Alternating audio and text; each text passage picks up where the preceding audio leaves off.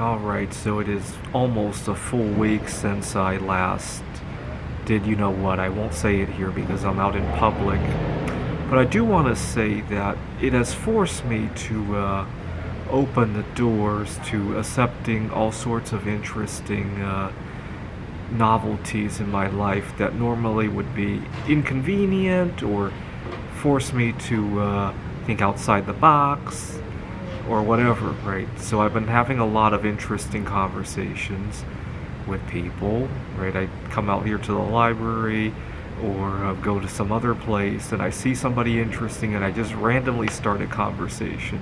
That is definitely not my strong suit, but when I need to fill a gap in my life, it it helps me to push through those barriers. I During the summer when I had gone 69 days without doing this stuff, I went on my first date in a year, a little over a year at that point, and I'm hoping to push through that again. Now it also helped me be the bigger person at work yesterday. I have a difficulty with some of my colleagues who think that I just have nothing better to do, and so de facto they want me to kind of work on standby during the Christmas holiday season. I work at a tutoring center where holiday seasons are not too busy, and they're not too busy. I'd rather be going away, but because everybody is away right now, I kind of get these wonky hours where I get 3 hours, 5 hours, sometimes no hours at all, but I still have to be in Phoenix just in case those hours come.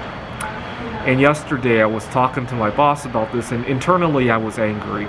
But I was saying, the kids who do want to come during the Christmas holiday, they probably needed more than I need a trip home to my family, right? That's what I said. And it just allowed me to be the bigger person without too much friction. It's allowed me to try new hobbies, try new foods, and go back to trying intermittent fasting. Right now I'm how many hours? Let's see, 15 hours into another fasting session, and I like it because it's forced me to reopen.